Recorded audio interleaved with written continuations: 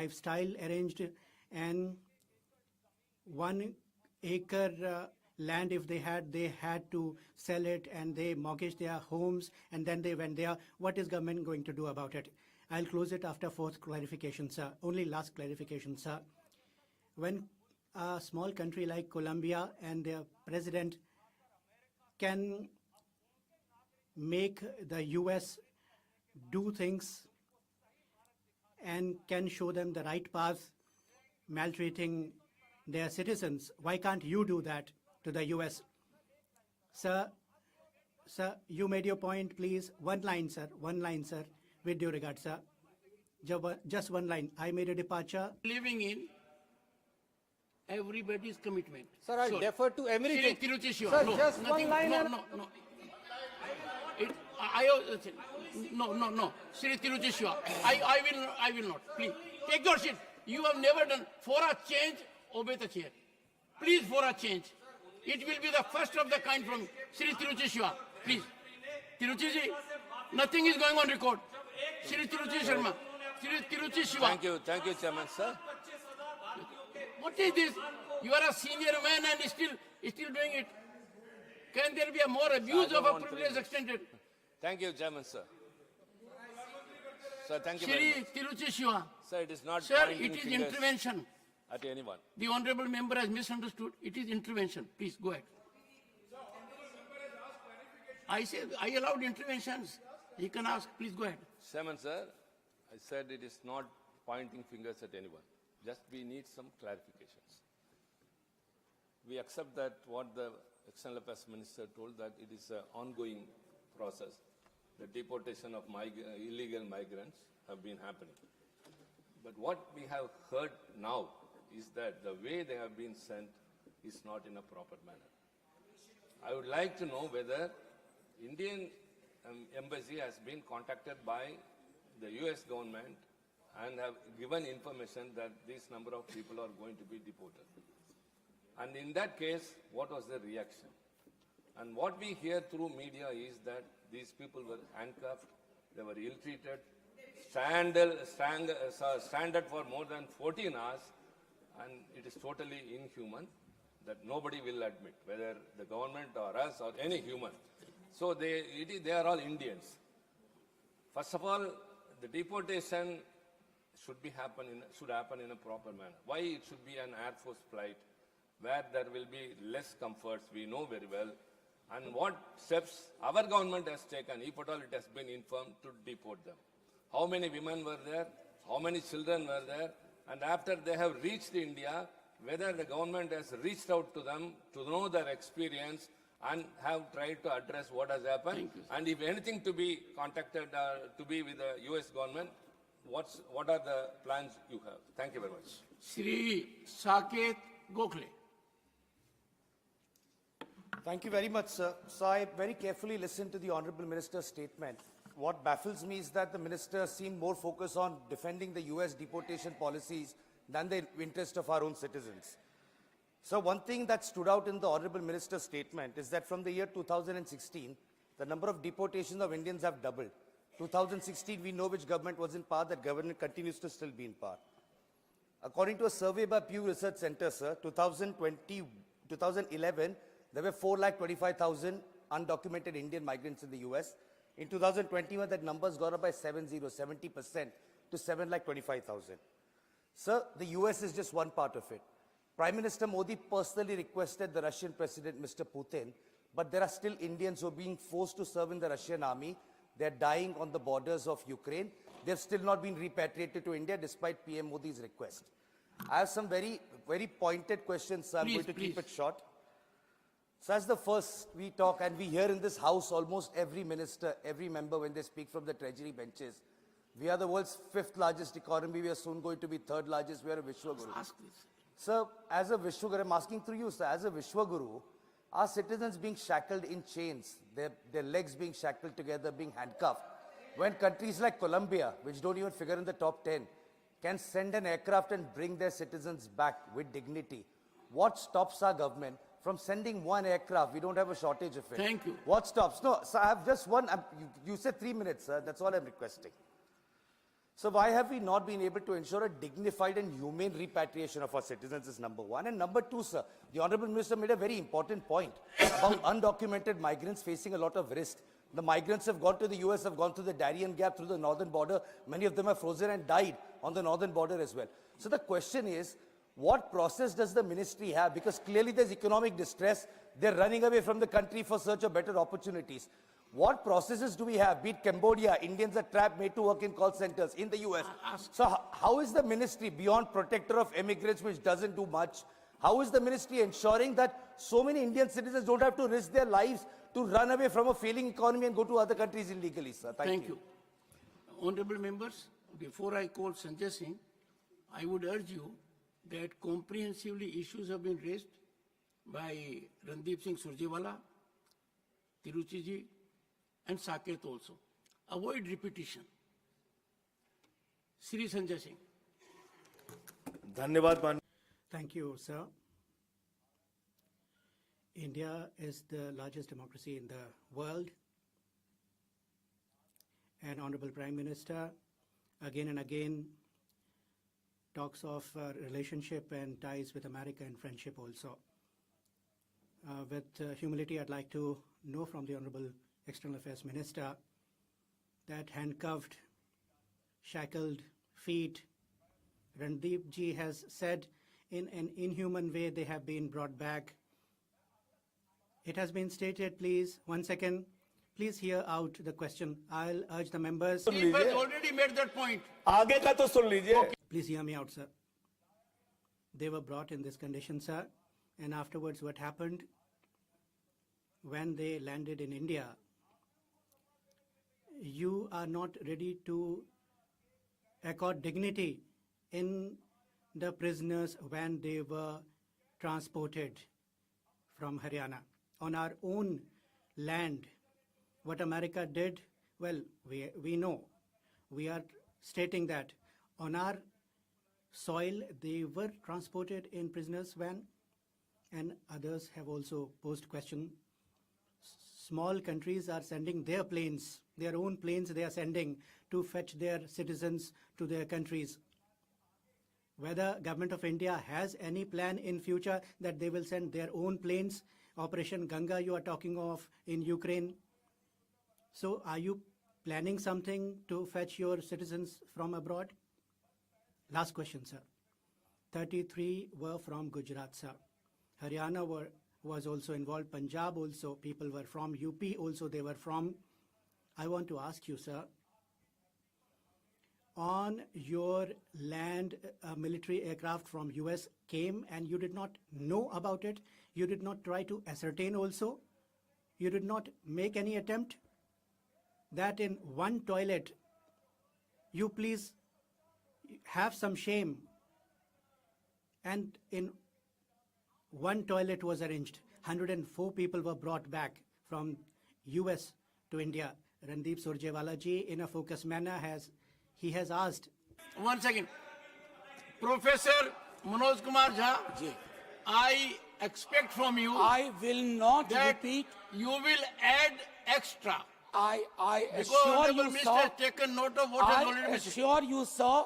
I'll not repeat any of the points mentioned by any of my colleagues. Please go ahead. My first query explanation from Honorable Minister, sir. It involves us all. The images were worrisome. And that's why you have made a suo moto statement.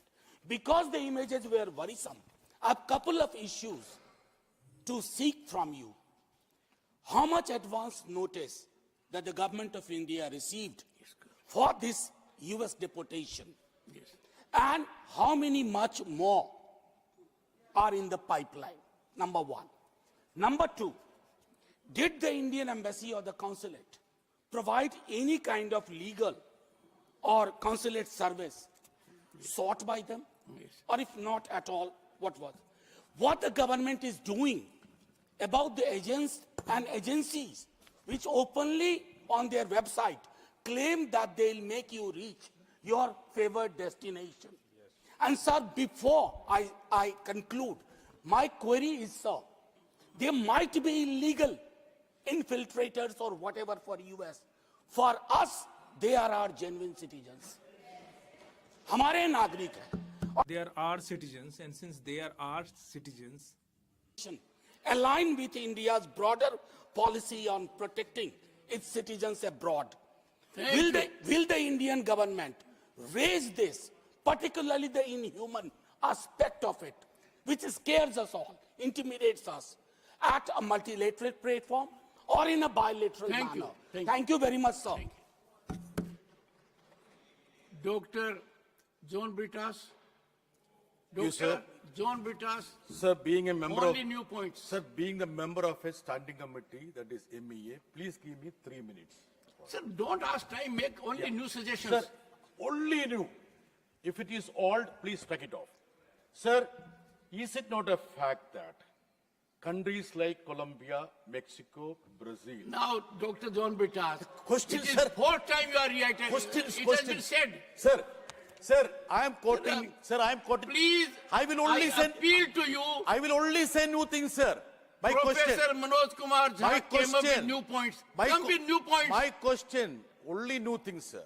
Is it not a fact that New York Times reported that military planes have rarely been used in the past by the US deportation? First question. Second question, Honorable Minister listed about the deportations. In the past, all these deportations the minister referred to, were they undertaken in passenger aircrafts or in military aircrafts?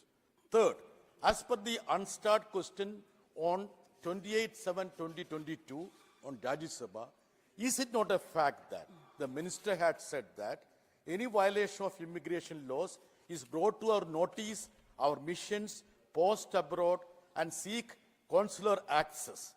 In this case, were our missions alerted? Were the details provided to our mission?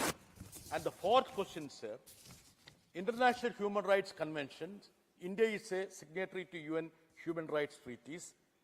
Is it a fact that it emphasizes humane treatment in deportation cases? And the fifth question, sir, the lack of data. As a member of the External Affairs Standing Committee, we have been agitated over the lack of data with regard to the Indians abroad. And the sixth point, sir, illegal agents. Will the government do something to ensure that illegal agencies are busted? Thank you, sir.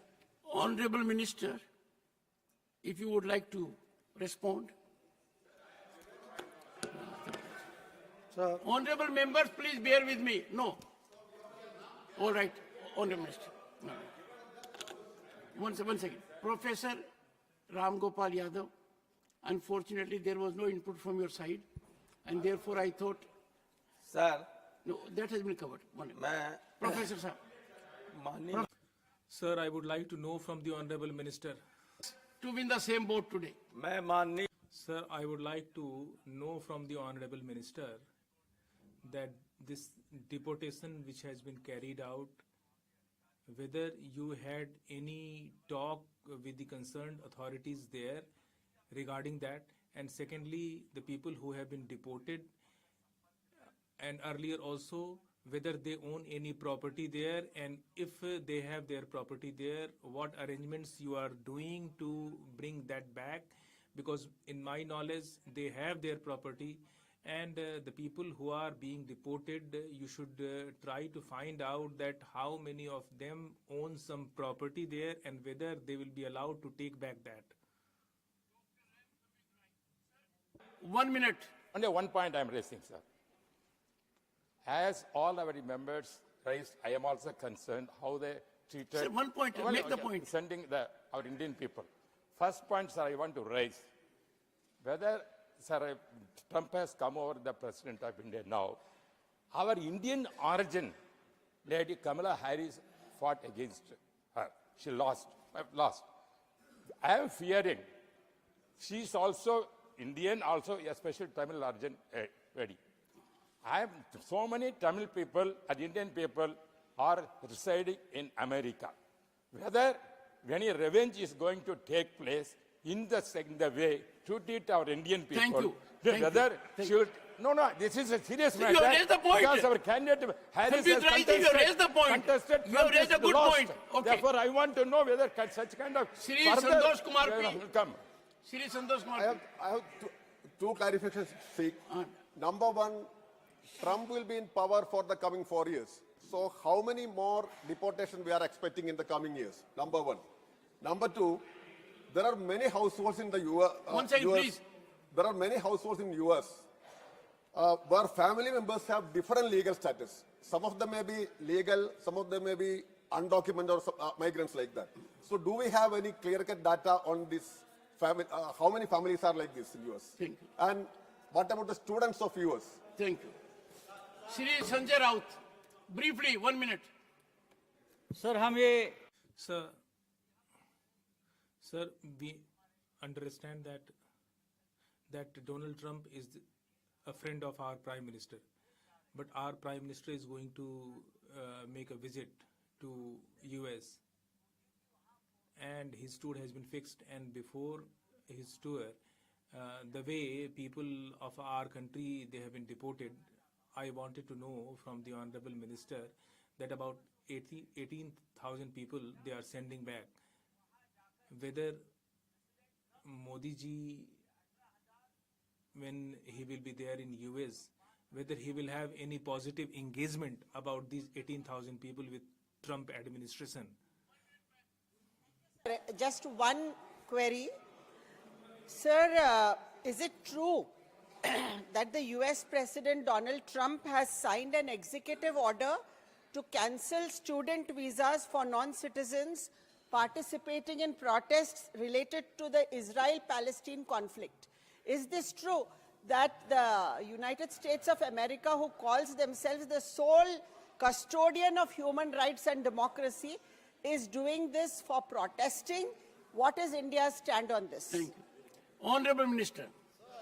No, please. Honorable Minister. No, Thank no. you, sir. I have given one party. No, sorry. Please. No. Honorable Minister. Sir, a No. number of No. number- Honorable Minister. Yes, sir. Only Honorable Minister. Please go ahead. a number of members raised issues which you pointed out were repetitive. So I will answer issue by issue. Okay. In some cases, it will reply to multiple members. Okay. So the first issue which was raised by Sir Mr. Surjewala, he said, do you know that 104 people were brought back yesterday? Of course we know. We were the people who verified the nationality. We were the people who gave the aircraft clearance for the flight to know. So yes, I know 104 people came back in 2014. I also know that 5 to 7 times that number came back in 2009, 10, 11, 12, 13, 14. So let us not make out as though this is something which is a new issue. This is an issue which was happening earlier. Second issue, sir. Many people ask me, where did we have consular access to these 104 or others who are in detention? In many cases, sir, consular access, embassy would like to have consular access to any Indian national, but that national has to request consular access. In many cases, they have not requested, so we were not aware. But in every case, we have obtained passport details, we have checked their verification, we have ensured that they are Indians, and we have had contacts to ensure that that is the case. Then, sir, there is the next issue. After their return, are we making an effort, which Honorable Member Tirchi Siva asked? Are we making an effort? Yes. In fact, that is why the authorities have been given instructions, and I would urge Honorable Member Sanjay Singh not to misrepresent that instruction. They have been given instruction to sit with every one of the returnees, find out how did they go to America, who was the agent, how did this illegal industry happen, how can we take precautions so that this does not continue. We have been very, very, I would say, sir, sympathetic and solicitous to the predicament of people going. So I do not want the House or the public to have a wrong understanding of how they were received.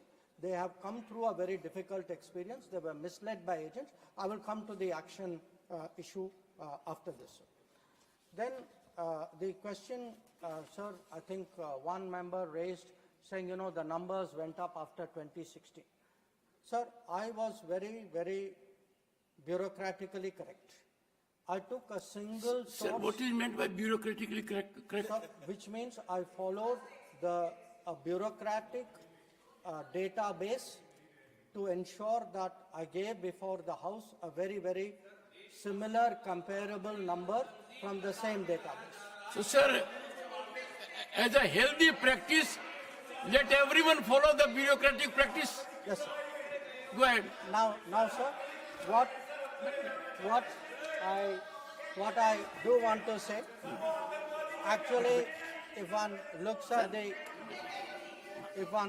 at the Homeland Security data, sir, the Homeland Security, the American Homeland Security Department has a report about aliens removed by criminal status and country of nationality. For India, actually that number is I am 860. shocked.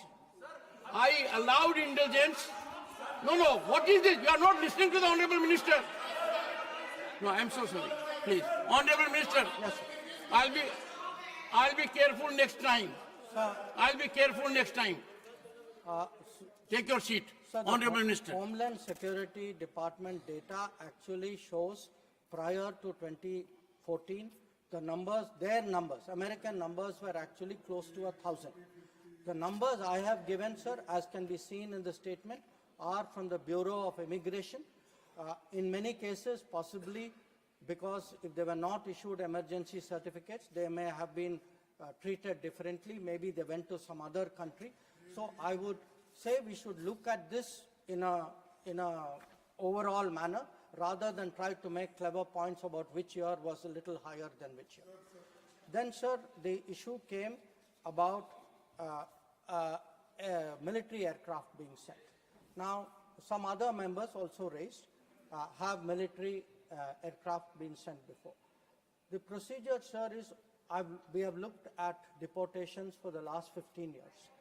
It is up to the authority of the Immigration Customs Authority to charter an aircraft. It could be a military aircraft, but whichever aircraft comes in, it is under the authority of the ICE.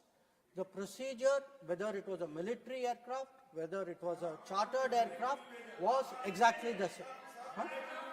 Then the issue came up, sir, was there advance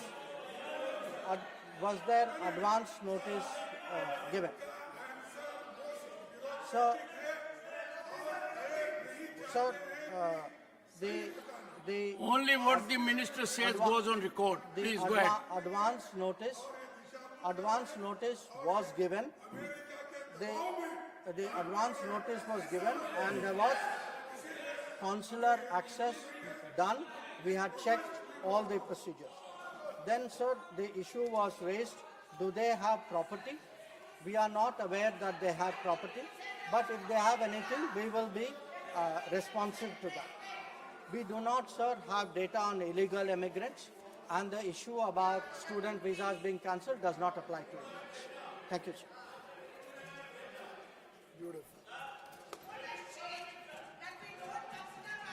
Shri, well, all we can say about the statement of the Honorable Minister is he has been very comprehensive and responded to all issues raised. Shri Abdul Wahab, 5 minutes, not present. Shri Ramji. Sanjeev, Acha, you are there? I missed you. Shri Sanjeev Arora will resume to make his address for next 3 minutes. Sir, 3 minutes. when my point was interrupted, I was at out-of-pocket expense, which I have already taken care of,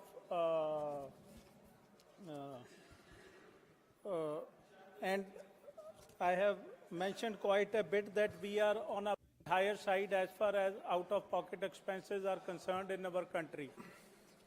Now, sir, coming next on AIMS.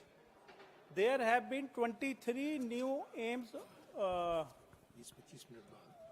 hospitals, but there is a shortage of faculty of 40%, almost 40% in these AIMS, and also non-faculty positions are around 30% less in AIMS. So my request is that if the budget is increased, we can afford to pay them more and get this get more professors, faculty and non-faculty positions for our hospitals.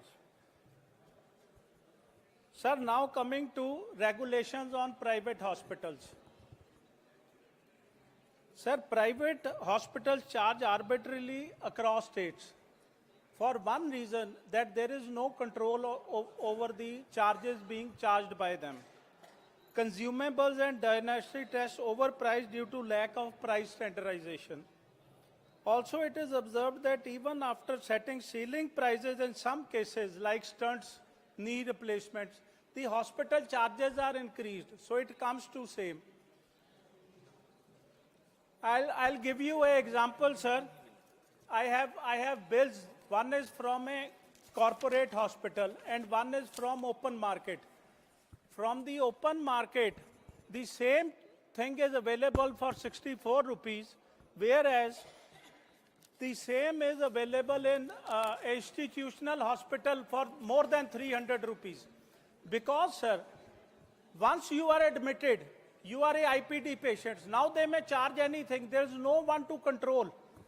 आप ये तो कह नहीं सकते कि मैं gloves. And you cannot say that I will bring gloves from outside. You cannot say that I'll go outside for investigation. So the hospital will do that. And but there must be some control and some control regarding this.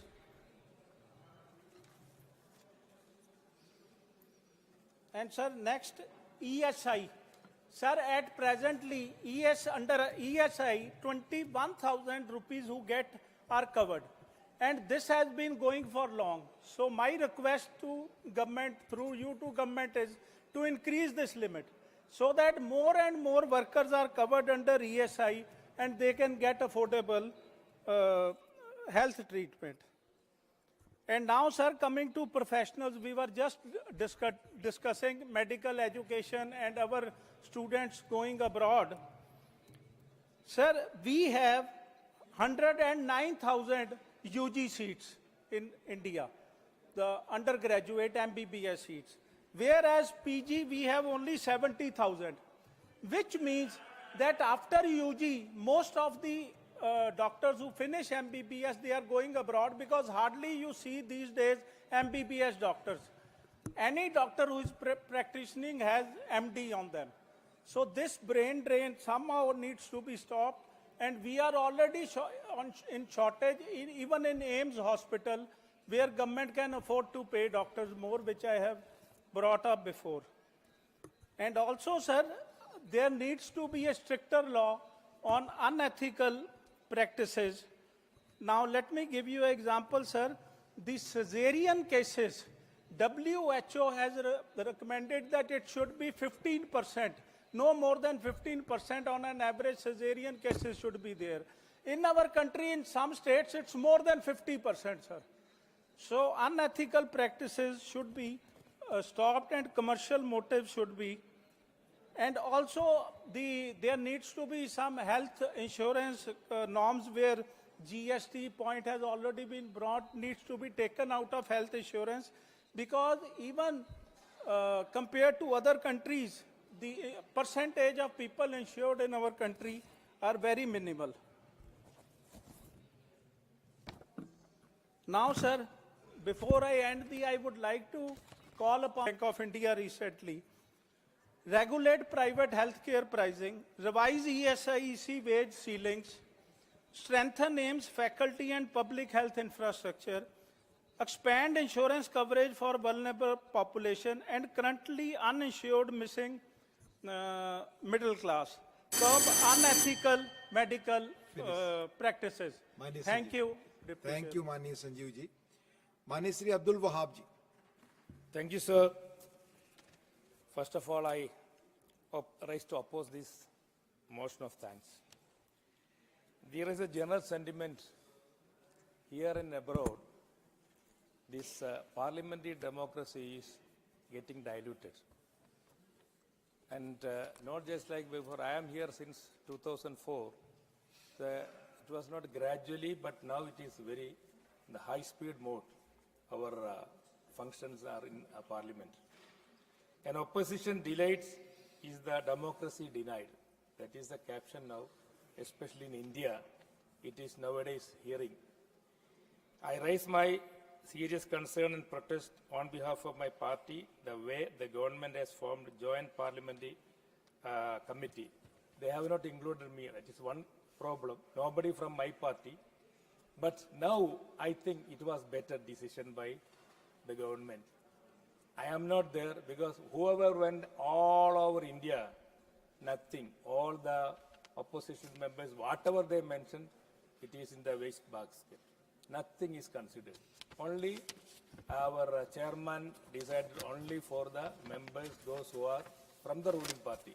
They made some suggestions and No comment on Honorable Chairman as per rules. excuse me? Yeah, this part of that. How many things are discussed here? You are also here. So, and again, our foreign minister is here, so that it's a very rare chance to get me.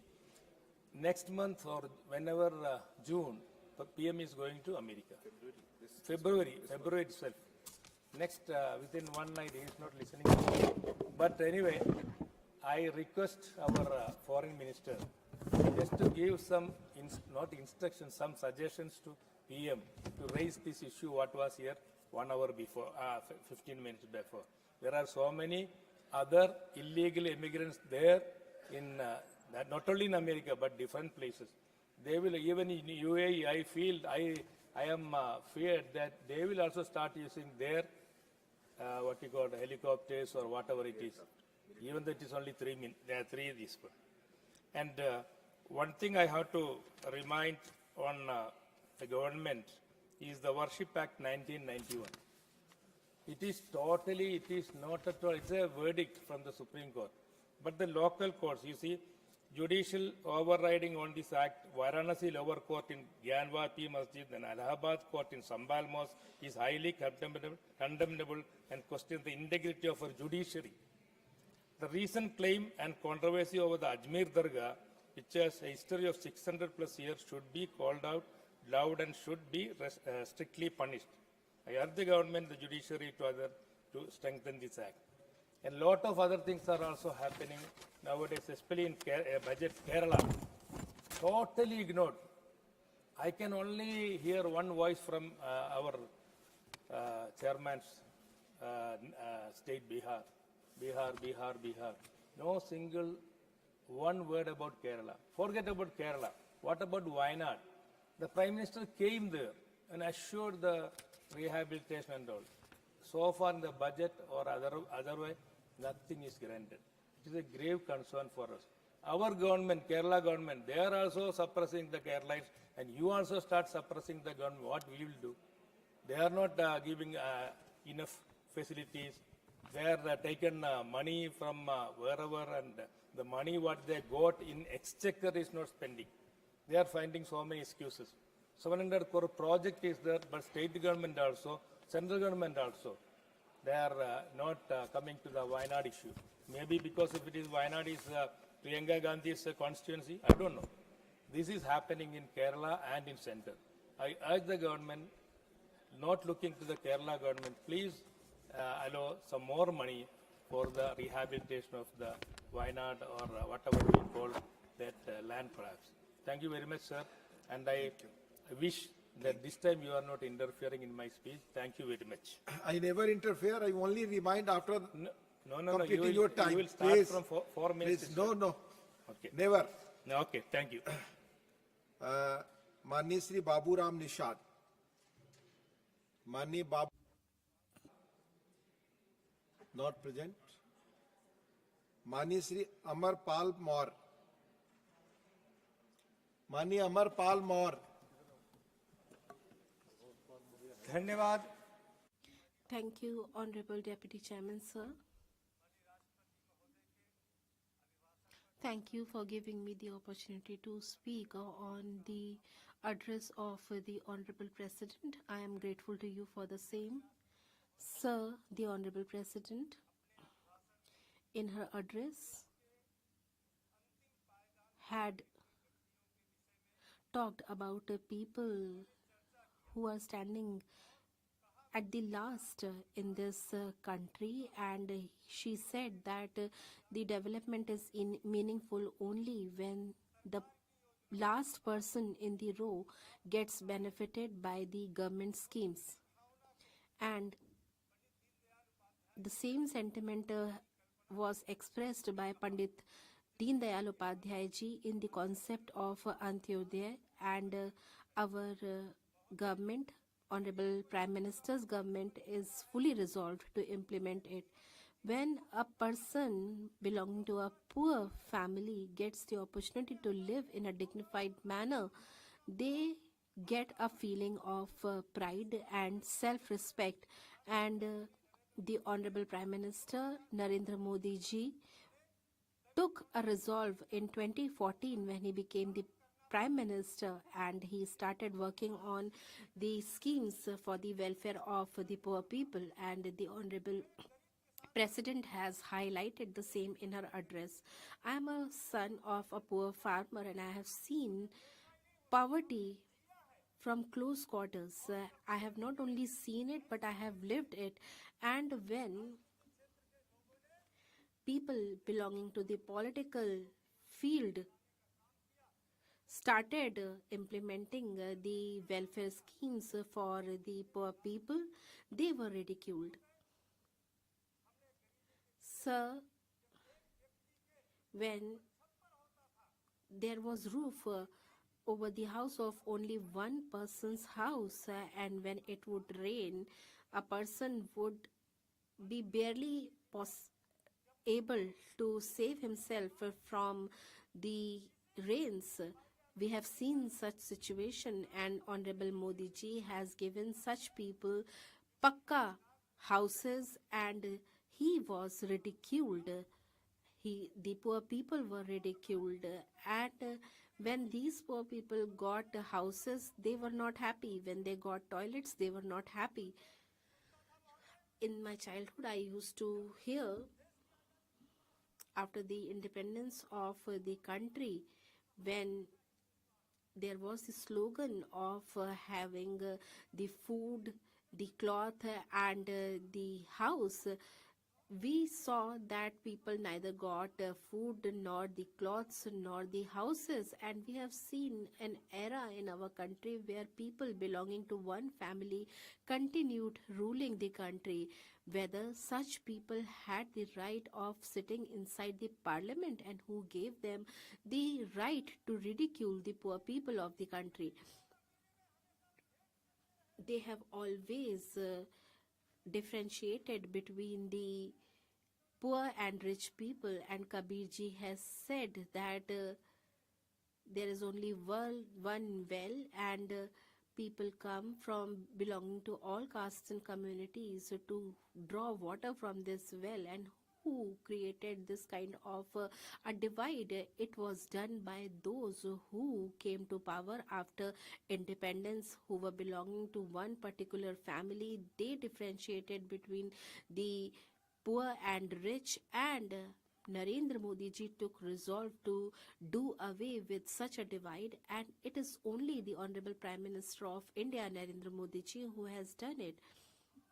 Ambedkar ji had said, while giving us the Constitution on 26 November 1949, he said, I feel that any constitution, be it as great as it may be, if people who are implementing it, it cannot fructify, and the people who are implementing it should be good, they should have good intentions.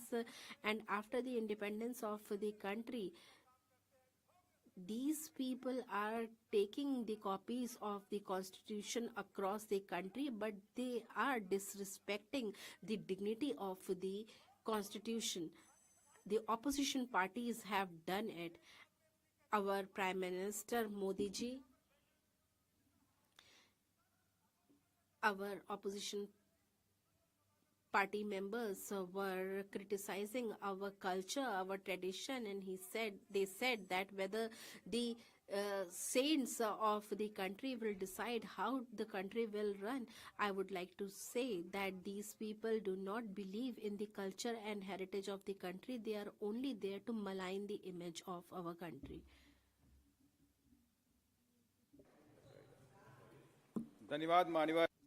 Thank you, sir, for giving me the opportunity to speak on the address given by the Honorable Prime President, and I would like to also thank our party leader, respected Mayawati ji. In the preamble of the Constitution, Baba Sahab talked about justice, equality, brotherhood, and on 26 November 1949, in a speech given in the Constituent Assembly, he said, contradiction.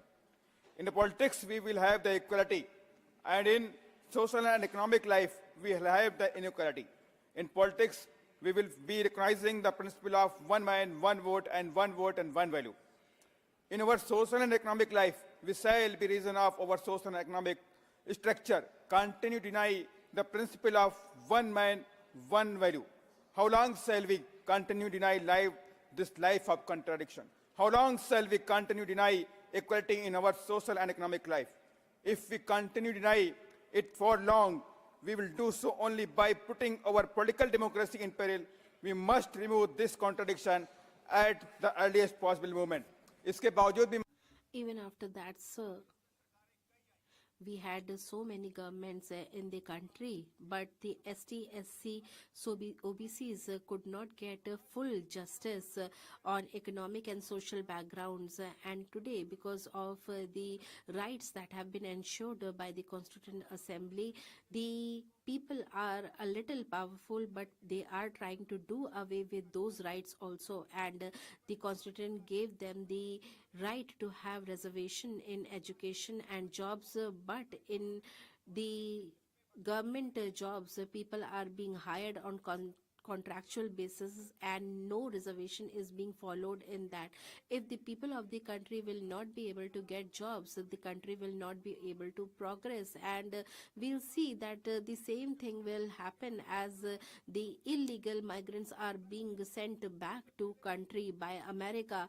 And the earlier governments were not serious. Now neither this government is serious. 30% of the population of the country is living below the poverty line, and as per a government report, 14 lakh children are out of school in the country, and 7,84,000 such children belong to Uttar Pradesh, and many of the children are dropping out from the school, and they are not able to carry on with their studies, and the education of such poor people has not been made completely free. And Uttar Pradesh was the first state in the country where the education for poor children became completely free, and SC, ST, OBCs are not having the favor, and the government is not having strong willpower for their welfare, and they are being raped, they are being killed, and we can see such atrocities happening one or the other part of the country, and people do not even get justice. And there are powerful people, they have interference with the police, and they can pressurize the police to get the report in their favor. And if a person raises their voice against the atrocity, they are tried to make silent. And Anjana Herver, who faced sexual harassment, she raised her voice against it, and in 9 months 3 of her family members were killed, and at last this girl also had to lose her lives while struggling. And sir, I would like to say that such incidents are really a stigma for our country, and Baba Sahab Baba Sahib's statue is being demolished in some parts of the country and people are disrespecting it. I would like to make clear to such people that those who believe in Baba Sahib will ensure that nothing harmful happens to the constitution of the country and also to his statues, and we worship our constitution and it is our sacred book. With these words I would like to conclude my remarks. Thank you. Sri Lahar Singh Siroya.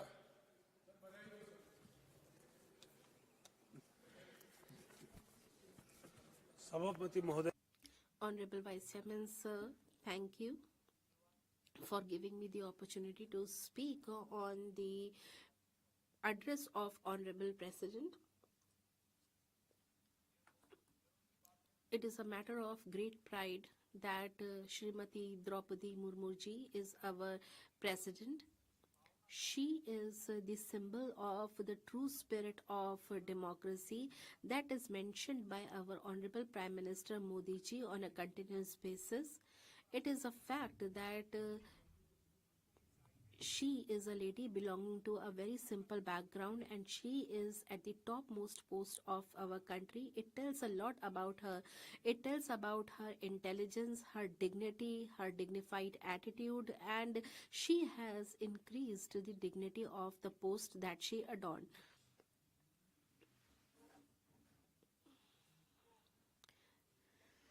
Some people who belong to the elite background who are there only to tamper with our democracy, they might say anything about our Honorable President. They might be disrespecting her. They might be creating new idioms and phrases to disrespect her. I would like to say that her life is an example for the entire country and it gives a hope to all the people of the country. Honorable President has talked about implementing the one nation, one election in her address, and she has told as to what progress is being made in this direction, and this is a great step that has been taken by the NDA government. I welcome it. It will not only save the time and the precious resources of the country, but it will also ensure continuous development and we'll be able to focus more on it. I would like to add one thing to this noble thought, as Rajiv Shukla ji was also expressing his concerns. I would like to add to it, our election process has become very expensive, and to do away with this huge expenditure to make it free of corruption and to ensure that it does not have the stronghold of certain people, it is very, very important that certain points are considered seriously by the government. This is not something new. We have discussed it earlier also, and this is something that was not rejected ever before. It is very important that this has to be carried forward with great resolve, and it is a time when we should think about one nation, one election in this August House, and in the other house also the members are well aware that the elections have become very expensive nowadays. I have not fought an election, but I have been associated with election process, so we know how the money is coming in the election process and how is it being spent. This is something that everybody knows, but not everybody wants to acknowledge that. You will see that even in panchayat elections, in municipal corporation elections, lakhs of crores of rupees are spent, and in one MLA constituency, candidates have spent hundreds of crores of rupees. So in such a time, it has become a very serious threat to our democracy, and that will prevent honest people from entering public life. I think that it has been a dream of our Prime Minister that at least 1 lakh new people should be brought to politics. So if there is no state funding, there won't be any new people in politics, and one state, one nation, one election will allow honest people to enter politics. It will allow new people to enter politics, and therefore there has to be some restraint on spending. We may have made very stringent laws, but they have never been very effective. They have not been very effective in curbing the use of money power in elections. I'm not a very educated person. I'm not a big lawyer. I do not know much about public policy, but in this August House and outside the August House also, there are many people who can put light on these issues. I would like the government to constitute a committee on this, which can move this idea forward, and which will give us time-bound reports on this. And I hope all political parties will welcome this step, and this step will garner respect for us from other nations. Committees like the Dinesh Goswami Committee, and in 1999 also there was a committee which was constituted. There may have been other committees also, but what is important is that all committees have given positive recommendations on this. When this idea was deliberated at the time, the amount that was spent on elections was not much, but now what is happening is that lakhs of crores of rupees are being spent, and we must have one nation, one election law in the country, and I hope that all political parties are going to support this, because all of them are concerned with this issue. With these words, I would like to thank you for having given me an opportunity to speak. Thank you. Dr. Dinesh Sharma. Dr. Dinesh Sharma. Not present. Srimati Jaya Bachchan ji.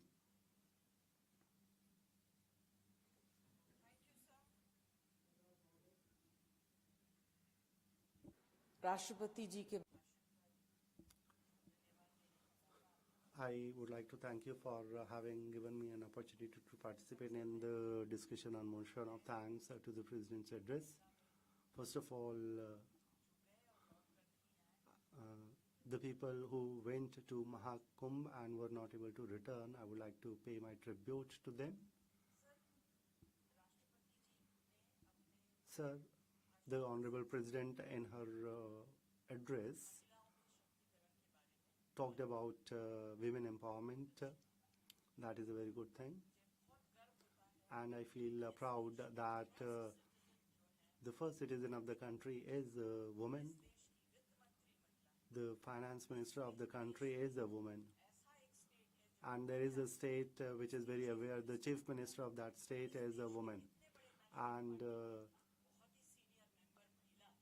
a very senior member of this house is a senior leader of a national party, and all the women who are sitting here as representatives of people, I feel proud of them because they have reached there after a lot of struggle.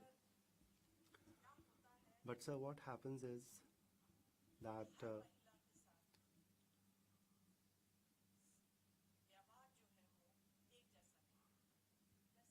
the kind of behavior that is done with all women is not the same. Yesterday, some women were, their identification was being checked by removing their burqa, by removing their veil.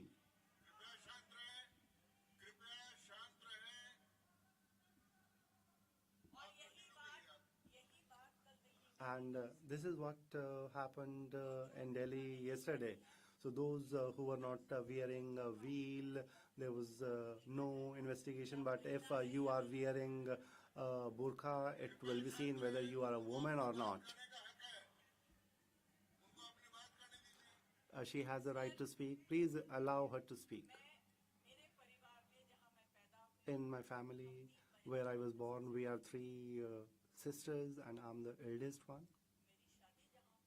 And the family where I was married, there is no sister, but women are given equal respect, and because of that, I'm here. My first child is a daughter. My first grandchild is a girl. And therefore, I can understand, I feel it very good that the women who can take care, they are coming. All the women who are sitting here as MPs, on behalf of all of them, I would like to say a few things if you agree to that. I'm not saying anything against you. I'm saying this because I treat you as myself. Some days back there was a comment, you may be. It's not me. We are. इस तरह की tip Such a comment, such a remark, making a comment on a woman is completely wrong. A woman may belong to any party. But I would like to quote two lines of Bachchan ji, and she used to always say, on behalf of all the women MPs here, I would like to quote those two lines. Do not ask me when these lines were written, when these lines were quoted. We are not fond of becoming famous. We are not fond of becoming famous. All you men know us, that is enough for us. Thank you.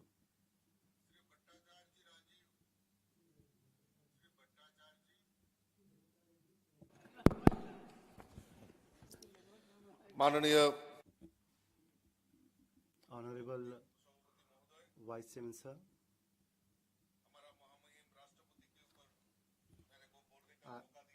You have allowed me to speak on the motion of thanks on the President's address. I would like to express my gratitude to you for that.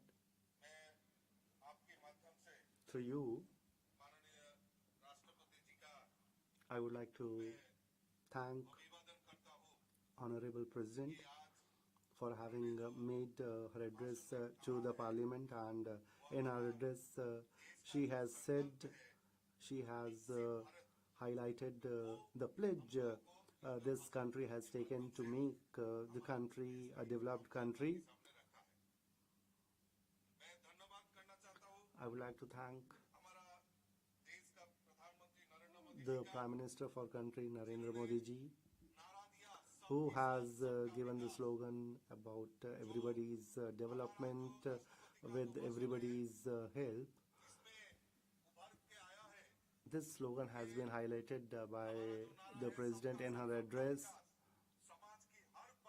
This slogan is to connect all sections of the society, and that can be seen in what is happening in the country today. Honorable Vice Chairman, sir, in the President's address, what has emerged is that we are making our best efforts to alleviate poverty.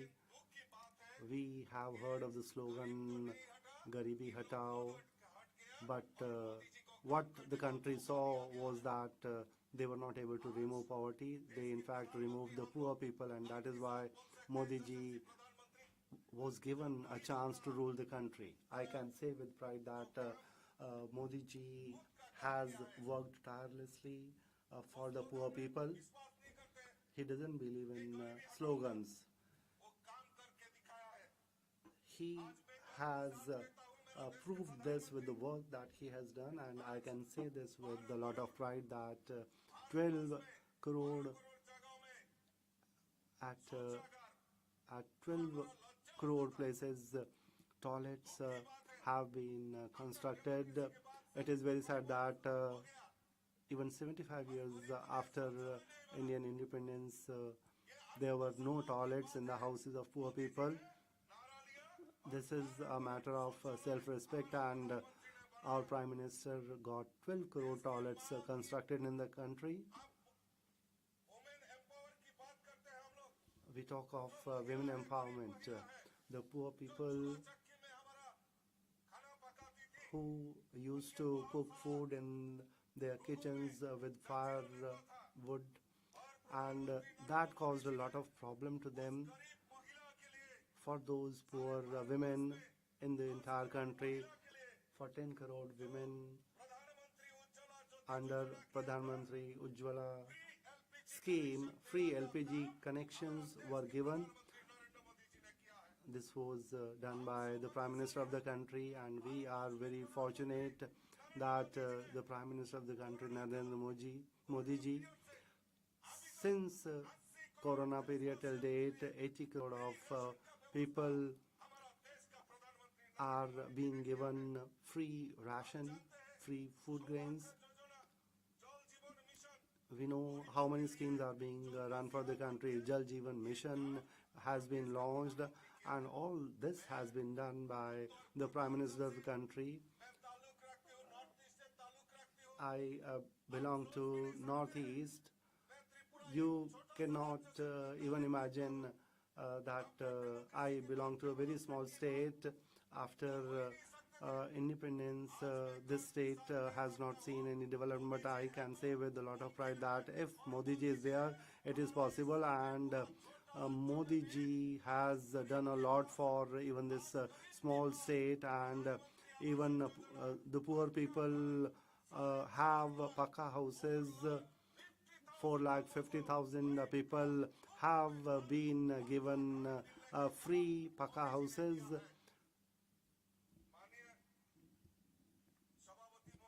Honorable Vice Chairman, sir, today an honorable member was speaking about health issue.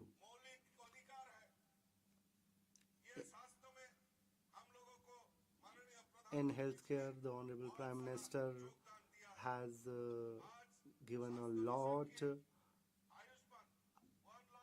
Under Ayushman, 1,75,000 Ayushman Arogya Mandir have been established, and the elderly people in the country, the poor people in the country, they can have Ayushman cards, and through them they can have a health insurance of 5 lakh rupees, and they can get free treatment. And I would like to thank Honorable Prime Minister for that. And there is another very serious problem in the country, and that is TB. The Prime Minister of the country has given a slogan of TB-free India, and in the coming years, we will be able to see India which is free of tuberculosis, and this is what has been mentioned in the President's address. Let me now talk about farmers. I see that at some places farmers are made fun of, but in the leadership of our Prime Minister, a lot of work has been done for farmers. Earlier, farmers used to agitate on roads, but today, in the leadership of Modi ji, farmers are working in their fields instead of coming and agitating on the roads, because farmers know that there is MSP and they are going to get their remunerative prices. I have already stated that I hail from a small state of Tripura. The Communists and Congress have ruled that state, and we know that there have been agitations, but today Tripura government have started procuring crops on MSPs, and Tripura is completely peaceful today, and it has shown the rest of the country how farming is done. today Kisan credit cards are being distributed. It is a maiden speech. Please listen to him. In the Kharif season, Modi ji has done a lot of development work in Tripura and in other states, and whatever farmers have to be given, Modi ji has done that.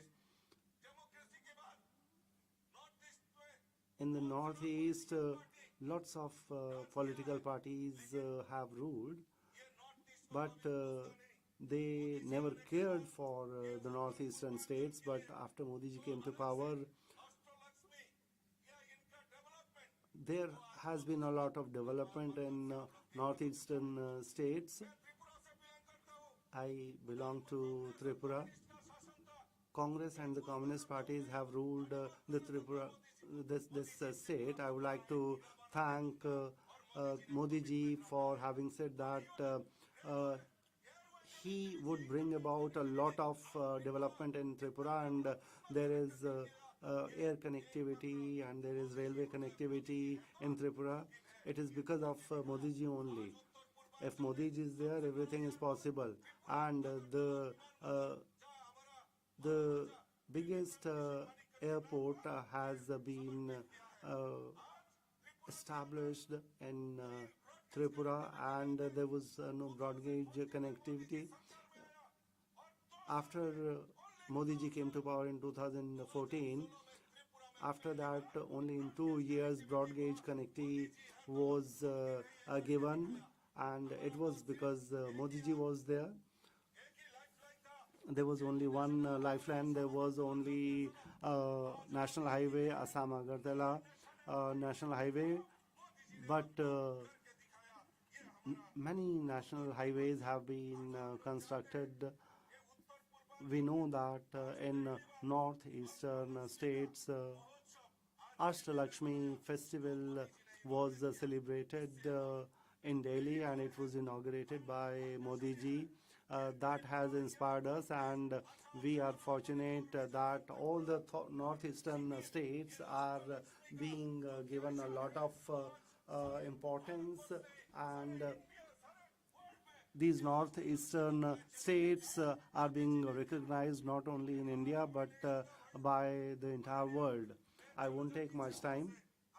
I come from tribal areas, but in tribal areas there was no development work, and I'm fortunate that after Modi ji became Prime Minister, there was a lot of development work that was done for tribal communities.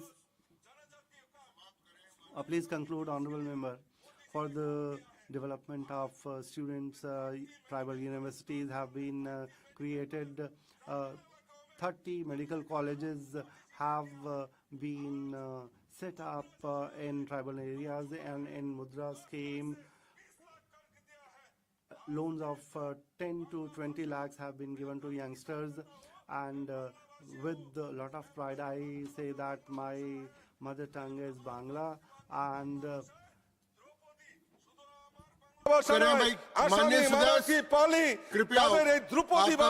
মর্যাদা যদি দিয়ে থাকে একমাত্র দেশের প্রধানমন্ত্রী নরেন্দ্র মোদী জি তাই সবকা দেশ কা বিকাশ হতা। There has been a lot of development only because of Modi ji. If Modi ji is there, everything is possible. Thank you. Thank you very much. Shri Ramdas Athavale.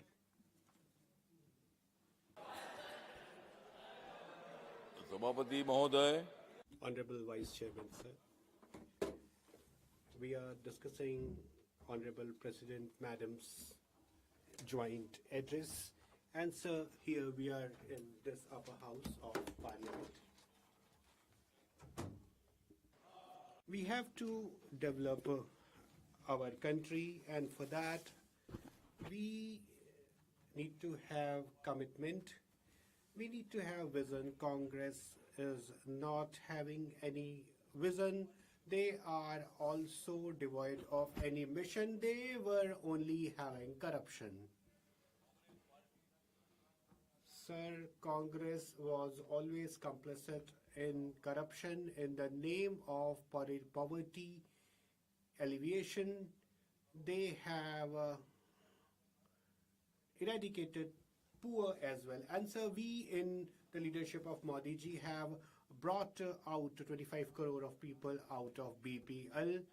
So they have also done rumor mongering that the constitution will be changed, and Sir, Congress party is very adept in such rumor mongering, sir, because we know that in this country constitution cannot be changed, and Honorable Modi ji has vowed before constitution, and he always respects, always keeps Baba Sahib Ambedkar in highest honor, and he has done everything in that regard.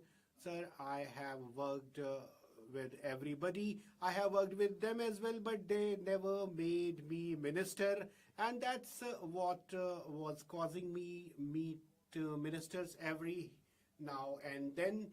And so we have every institution here, we have everything here.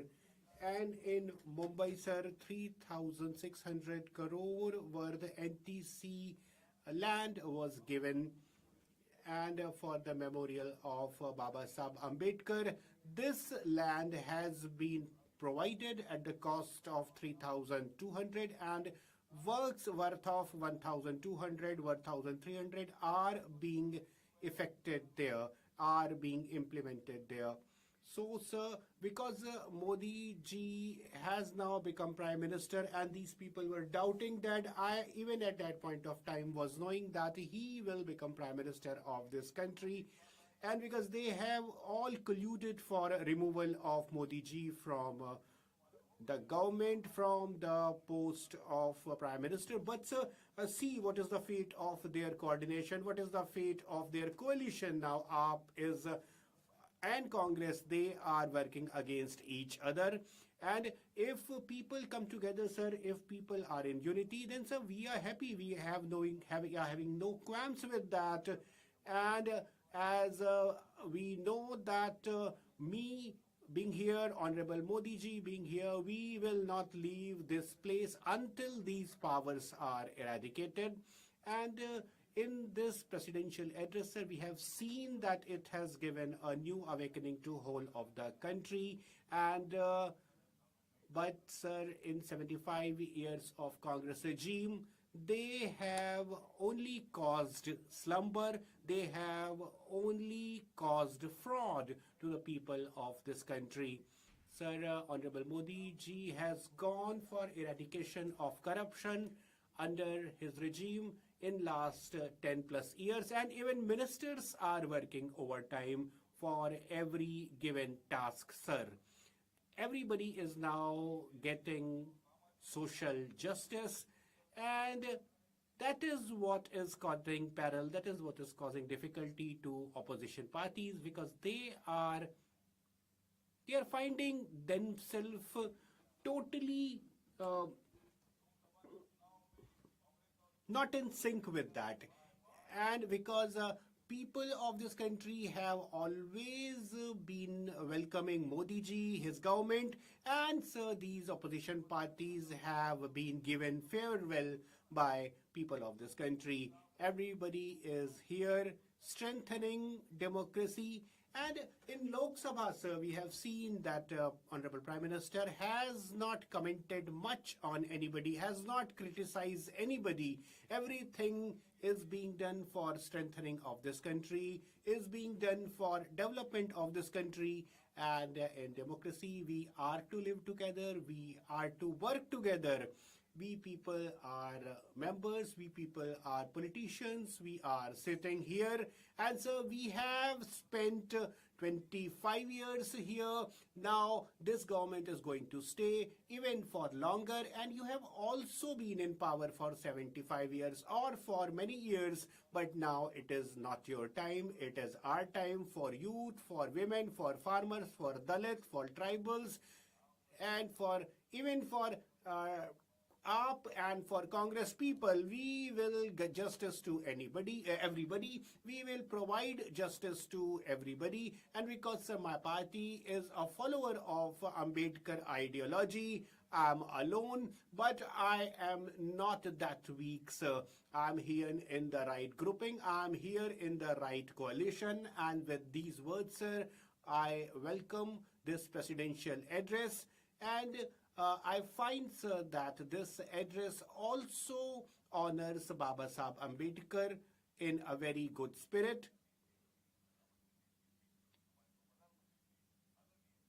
Honorable Manmohan Singh ji was a great Prime Minister. I endorse that. I underline that. Though he was not from our party, but he was a great leader. He was a great Prime Minister. Thank you, Athawale ji. Sir, I will remain with BJP for a very long haul. And thereafter, sir, I will rethink the total proposition. Thank you, sir.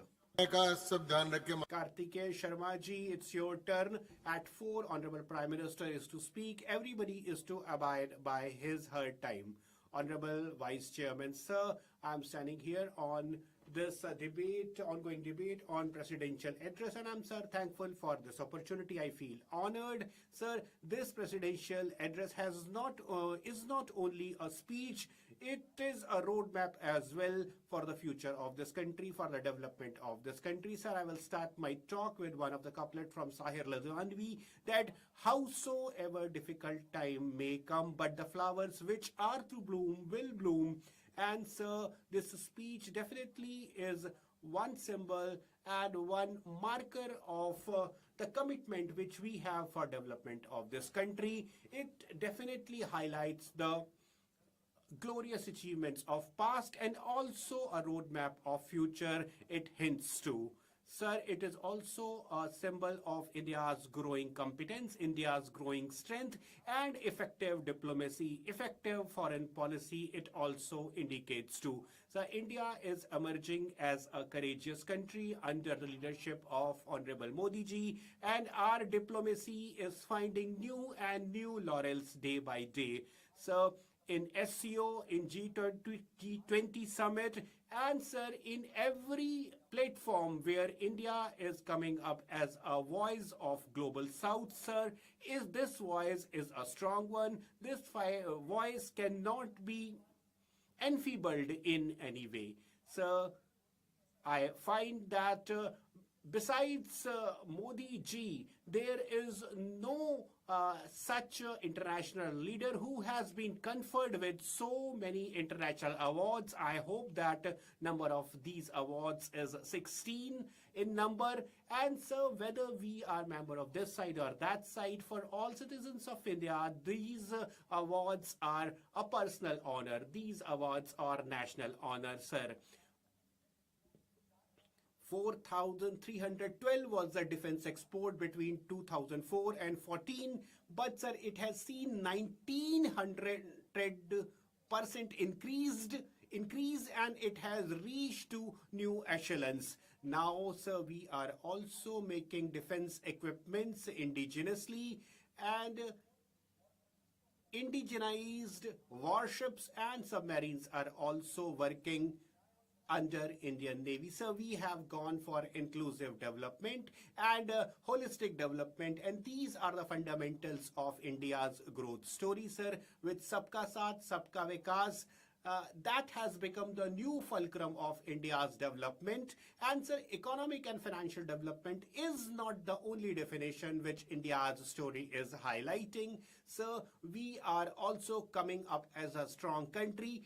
Alleviation of poverty and poor is also there. So that 25 crore people have been brought out of the poverty, clutches of poverty, and 80 crore of people are being given free of cost food grains. Then, sir, Nari Shakti Vandan Act has also been passed, and that has ensured reservation for women in local bodies. And, sir, we are working everything possible under our might for that. This government of Honorable Modi ji has major task indicator that women are to become the drivers of change. They are to remain and they are to perform as a driver of development. And sir, with that purpose in mind, we are going for women emancipation, women empowerment, whether it be drone didi, lakpati didi, or the direct benefit transfer to their accounts. We are working everything possible for that. Then sir, we have Prime Minister's youth scheme as well, which is known as Pradhan Mantri Yuva Yojana, and more than 1.5 lakh new startups have been registered in this country. 10 lakh government jobs have been created as well. 404 seats were given by this country in 1984 to a young prime minister. A telecommunication, a technological revolution was expected at that point of time. That was an opening word, sir. That was a word which was hoping liberation, but sir, that opportunity was lost and that opportunity was not exploited. Sir, even after those 404 seats, you were lacking opposition, was lacking political will. But sir, in 2019, with 303 seats, Honorable Modi ji presented a new orientation, a new guideline for this nation, and removal of triple talaq has been one of the various initiatives which this government has taken. This step is oriented for development. Now, people who are criticizing this government, I must remind them that the dream and the hope of 2047 Viksit India is not only about BJP, is not only about this government. It is a dream of everybody sitting here. It is a dream of every citizen of this country.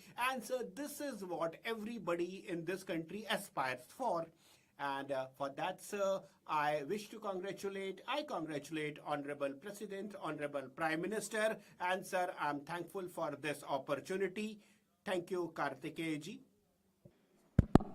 Thank you, sir, for giving me this opportunity, sir. Sir, I rise to speak in support of the motion of thanks on the Honorable President, Srimati Draupadi Murmu address.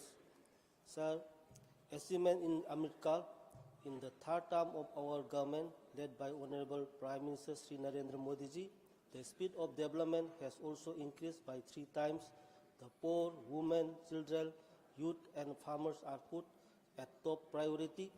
Our government has allocated rupees 5,36,000 crore for providing an additional of 3 crore household under Prime Minister Awas Yojana.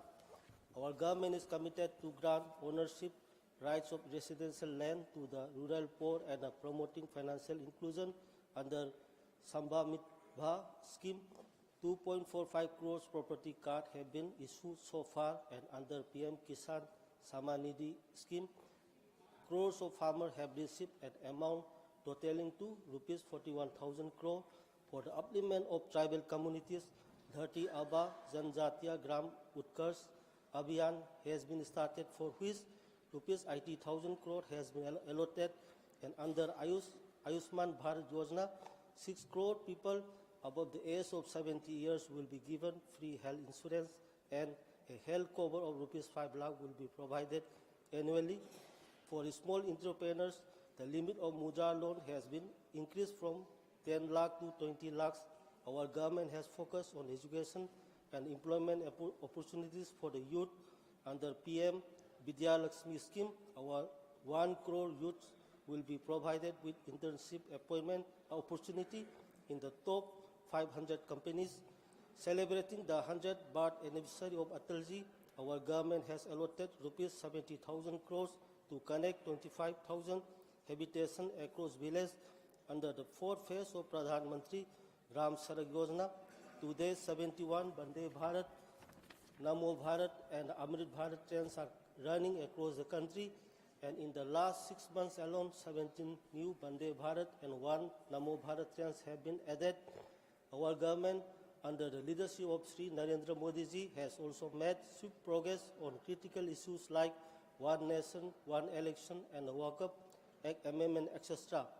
Sir, welfare of middle class, owing to the great efforts of our government, our Bharat is going to become third biggest economy in the world.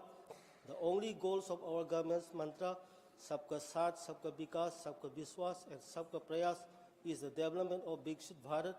Under Swachh Bharat Abhiyan, 12 crores toilets have been constructed. Under Pradhan Mantri Ujjwala Yojana, 10 crores free LPG have been connected. 80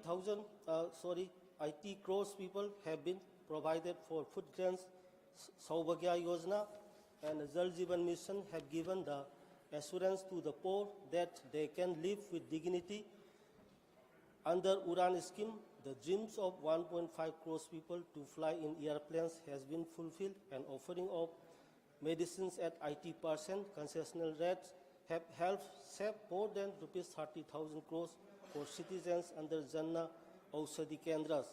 Employment through women-led development. Our government is committed to fostering women-led development to realize the fullest potential of the country. Nari Shakti Bandhan Adhiniyam, reservation of women in Lok Sabha and Rajya Sabha, is an important step in this direction.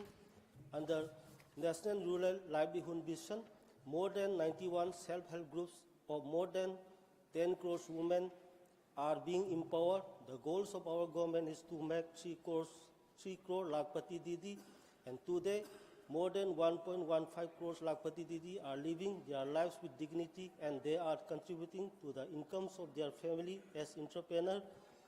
Drone Didi Yojana has been instrumental in empowering our women both economically and technically. Our daughters are flying fighter jets. They are joining the armed forces and leading corporate companies.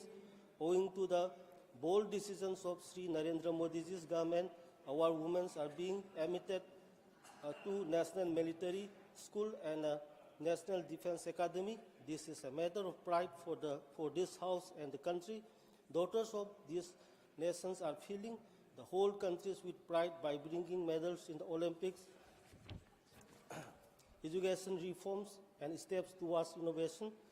Our government has established a modern education system for our students through National Education Policy 2020. Opportunities for learning in... Sir, 1 minute, sir. Sir, 1 minute, sir. Sir. Please conclude, Honorable Member. Madam Mahua Maji.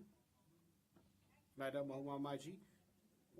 माननीय राष्ट्रपति Thank you, sir, on presidential address and on the Thanksgiving motion which is being debated here, sir. Honorable President has referred to Baba Sahib Ambedkar and all other members of Constituent Assembly. Everybody has been saluted there, sir, in this speech. And 15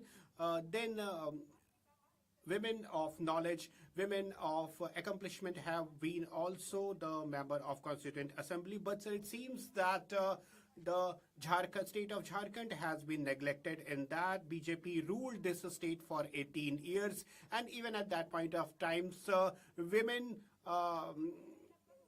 human trafficking was to the highest degree. Even Panna Lal was one name which was a name of a criminal who was doing all these wrongdoings there.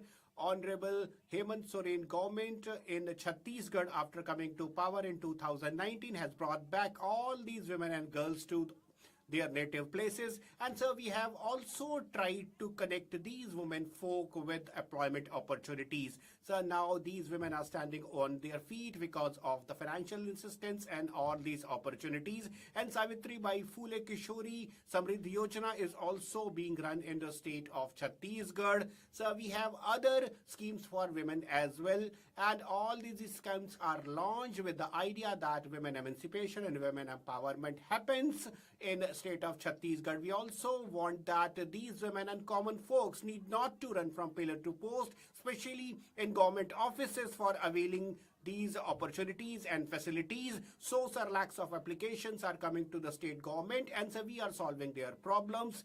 Then, sir, state government is doing everything possible. Honorable member, please listen to me. So, sir, it has been said that women are getting all sort of priority in the government scheme, sir, but that is not the reality. The otherwise is happening on the ground. And, sir, we are finding that various centers have been been constituted throughout the country. I attended one workshop just a while back, and sir, that workshop was about the working women, and it was also a telling story regarding the lack of infrastructure at the ground level. No facilities are there at the ground level. So sir, how come we are going to give justice to these women, these common folks? And sir, we are also finding that the distribution of all government benefits which must reach these women is not reaching to them. Bus stop में railway station Bus stops and stations where working hostels are there, where working girls are staying in the schools and colleges, there should be CCTV installed everywhere, and the money should be utilized properly, and I think that would help in reduction crime against women. And I think that the policemen who have been deployed for women safety, you should think about them. There are no barracks for them, and all those policemen, they have to stay with the policemen. All those ladies police officer have to stay with them, and there is very difficult situation for them, and they don't have separate toilets. And why you are not paying any attention on this? On the one hand, you are trying to say that you are giving top priority to women, but in 2016-17 academic session in Jharkhand, 4,096 government schools were closed and they were merged, and all the girls of these far-flung areas cannot go to other areas as they were Naxal affected, and their names were struck off from the schools due to these reasons. But Hemant government had made CM excellent schools. They have opened such schools so that quality education is given to girls, and along with and they can compete with the private schools. And for stopping the human trafficking, they have taken a lot of steps. And Hemant Soren ji has also opened the Munda Overseas Scholarship, and 50 tribal women, girls and boys are sent to London School of Economics on government expenses. And University of Warwick, University College of London, University of London School of Oriental and African Studies, and various other universities are there where the students are sent so that they can also become empowered. And you said that your government is working in the sector of nuclear energy. Whether your government has thought over the ill effects and where the uranium stones are kept and dumped over there, and if you increase the nuclear energy, you need uranium, and when the rainwater falls on it, it goes to the Gauro river, and via Swarnika river it goes to Bengal, and a lot of people become sick due to that. And you are not paying attention to water pollution. And your speech is over. Your speech is over. Shri S. Selvaganpati. Shri S. Selvaganpati. Your speech is over. You have taken your 5 minutes. S. Selvaganpati ji. Motion of thanks on the President address this August House. My sincere thanks to my party allowed me to put forth in support of the motion. The address was our government initiatives to attain the nation Viksit Bharat. This address expressed essential features of the vision for India, where women, youth, farmers, labor, and common man are, and also our Honorable Prime Minister's vision on Sabka Saath, Sabka Vikas, Sabka Vishwas, and Sabka Prayas. Mr. Chairman, sir, the future of the country is going to be decided by the youth of the country. Sir, under this government, the country is moving forward on the path of economic progress. Today, the guiding mantras of our Honorable Modi government seems to be materialized soon. In spite of COVID situation, this government pulled out around 25 crore people from poverty line. There are numerous programs like Ayushman Bharat, PM Gram Sak Yojana, PM Awas Yojana are worthy mention. The World Health Organization also praised the construction of toilets and the PM Ayushman Bharat schemes which uplift the people's health condition in the country. In this budget, it extended to 1 crore GIG workers.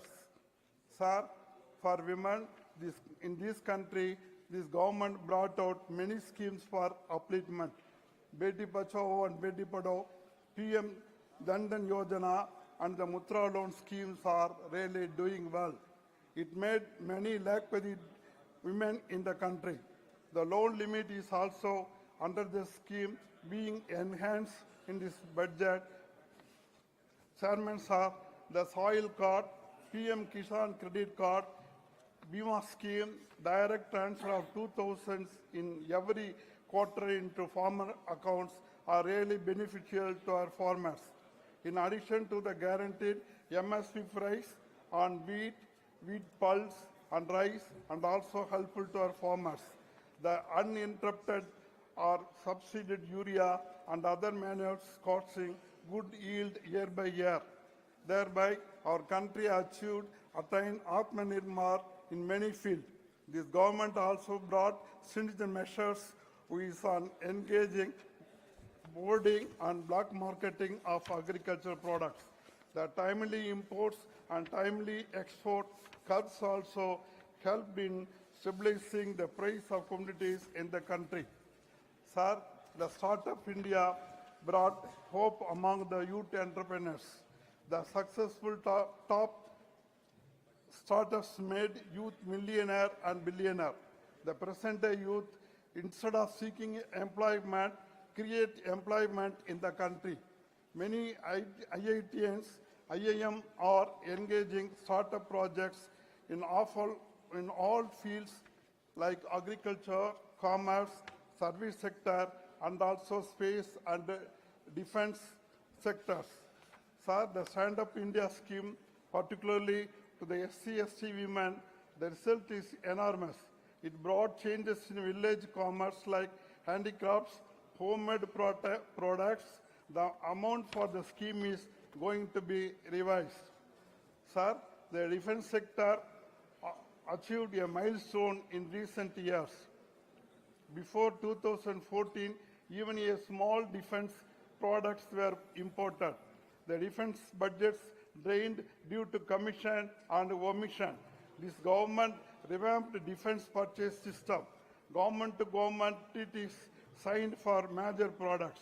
The government not purchase the products, but also technology know how to, resulted in to become Atmanirbhar in production and maintenance. Major development in the border posted India, all time ready for any eventualities by the adjoining enemy countries. The border villages also taken care of under special schemes. Sir, the Chandrayaan project earned fame across the global space field. The various first in the space program brought smiles of millions of Indians.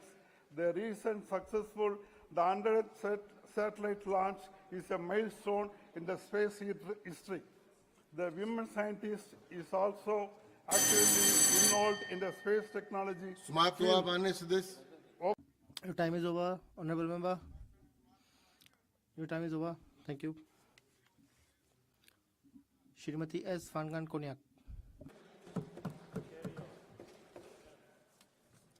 Thank you, Vice Chairman, sir, for giving me an opportunity to participate in this motion of thanks on the President's address. As a woman belonging to the ST community, our Honorable President is an inspiration not only to us ST women, but also to all women in the country. With an illustrious career, political career spanning more than 2 decades, where she has served as MLA, as a minister, as a governor, and in spite of not being from a privileged and elite background, she is performing exceedingly well in dispensing her duties to the nation as the first citizen. In her speech, our Honorable President has clearly outlined in clear-cut terms the country's growth and progress and the path towards Viksit Bharat, where the main priorities have been identified as the poor, middle class, youth, women and farmers. Prime Minister Shri Narendra Modi ji's vision for Amrit Kal is centered on establishing Viksit Bharat by 2047.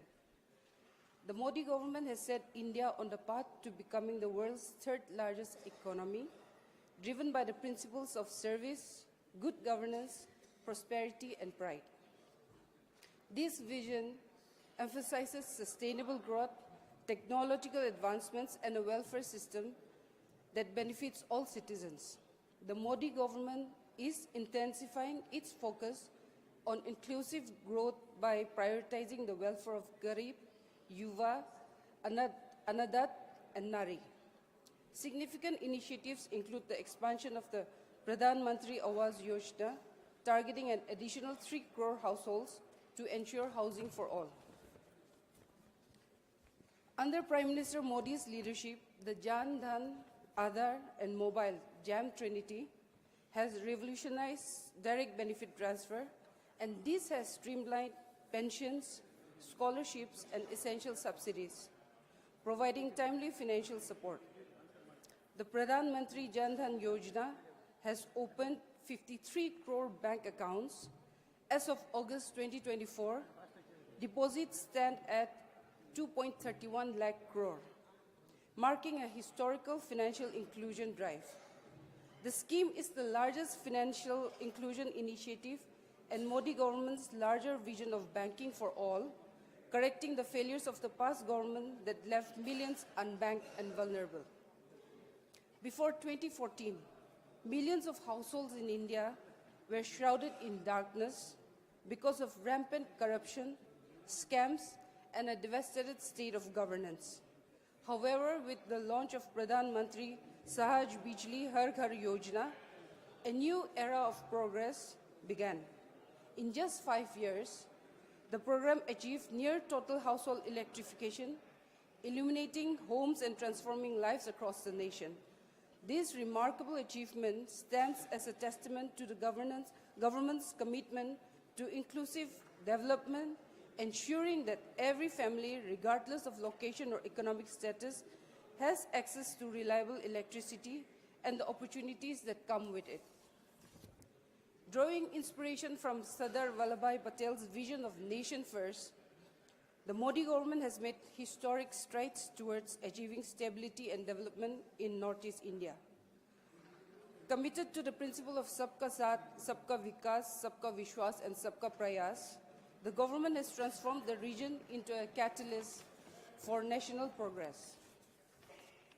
Honorable President has highlighted clearly how the government has consciously worked towards fulfilling the aspirations of the people of the Northeast and eliminated the sense of alienation. With the signing of 10 peace accords, talks are ongoing to find solutions for other such peace accords. The talks for Naga solution between Government of India and NACN, IM and NNPGs is a positive step for peace and progress.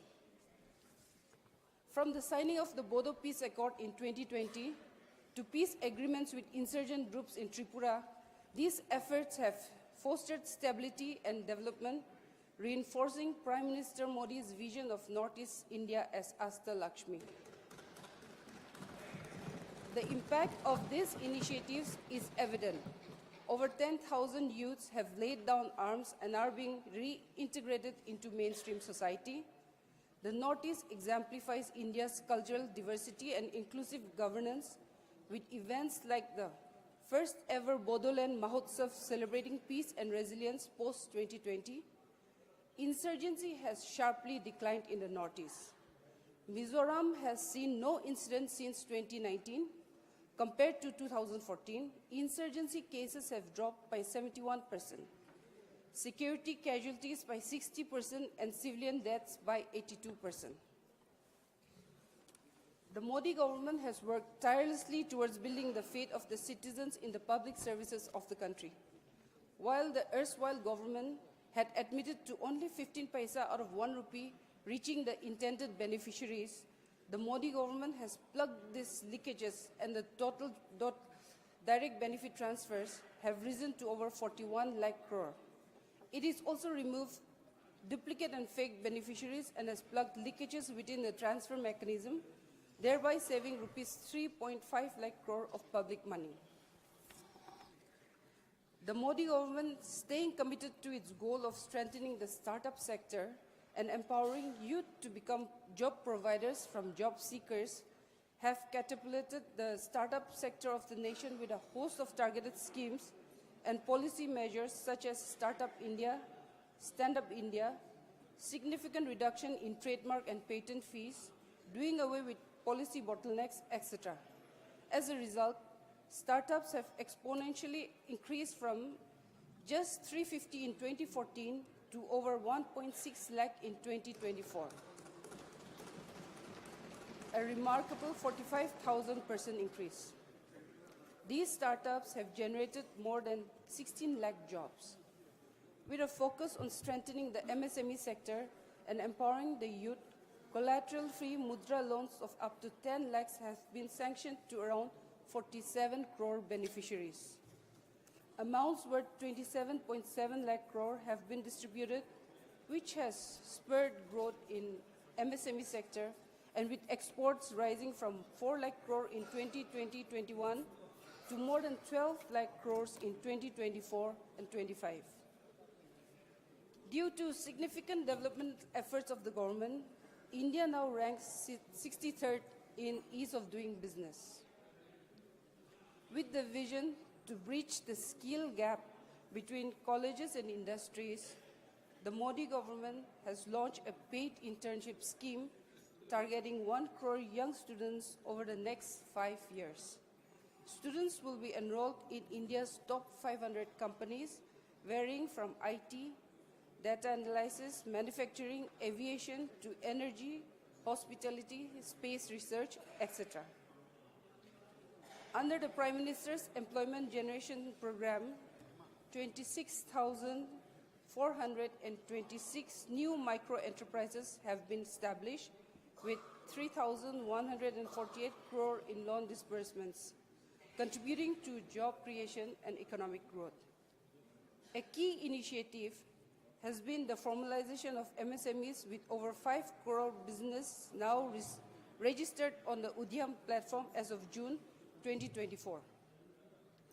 This marks a substantial increase from 1.06 crore registrations in 2023, reflecting the Modi government's efforts to integrate informal MSMEs into the formal economy. The Modi government has harnessed digital technology as a powerful tool for social justice and equality, ensuring its benefits reach every section of society. As a result of these efforts, India has achieved Tier 1 status in the Global Cybersecurity Index. Digital payments, once limited to select groups, are now widespread, enabling even small shopkeepers to conduct cashless transactions. The establishment of over 5 lakh common service centers has brought dozens of government services online, making governance more accessible and efficient for all.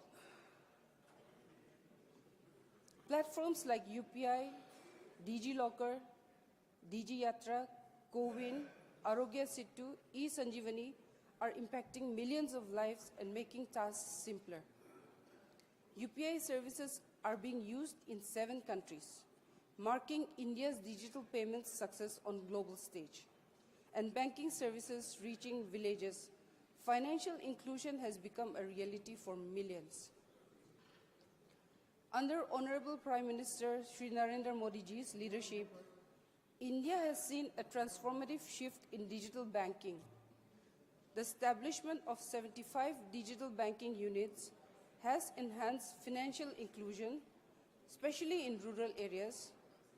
Driving programs like Pradhan Mantri Jan Dhan Yojana have enabled millions to open bank accounts.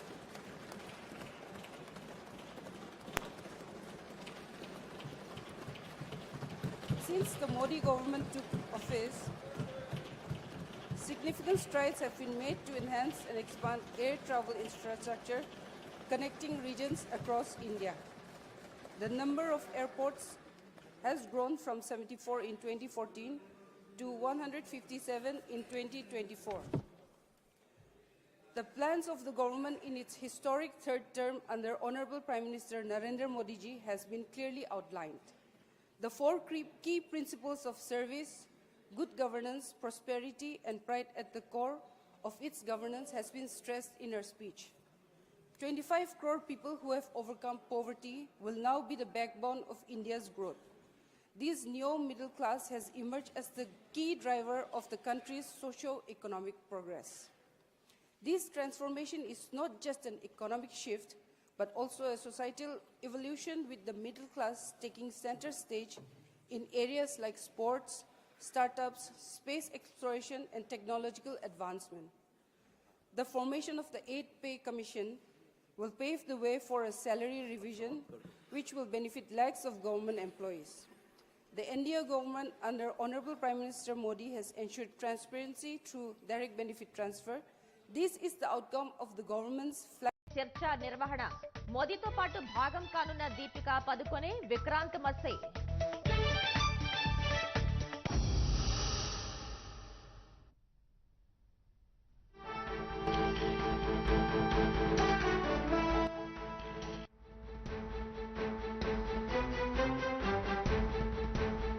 There is the collective strength of public participation, a roadmap for the nation's progress, the power of technology in the form of digital revolution, and the foundation of modern infrastructure. The government is steering India towards becoming the world's third largest economy. Thank you, Jai Hind.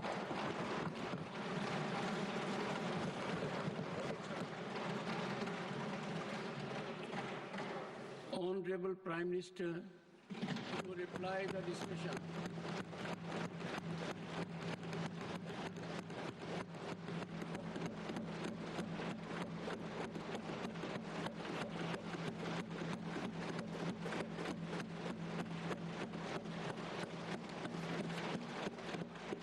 आदरणीय सभापति जी,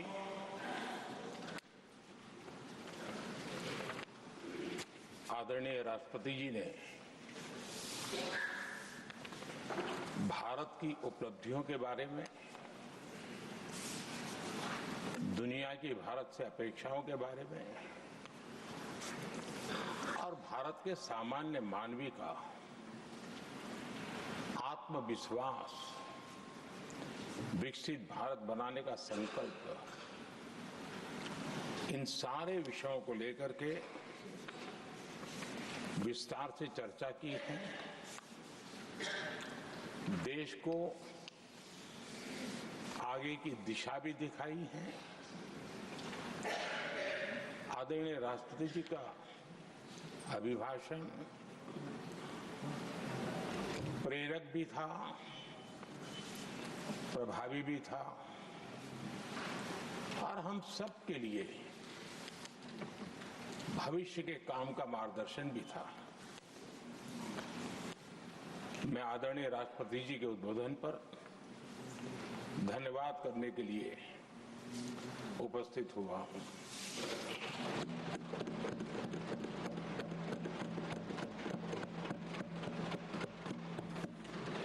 आदरणीय सभापति जी, करीब 70 से भी ज्यादा माननीय सांसदों ने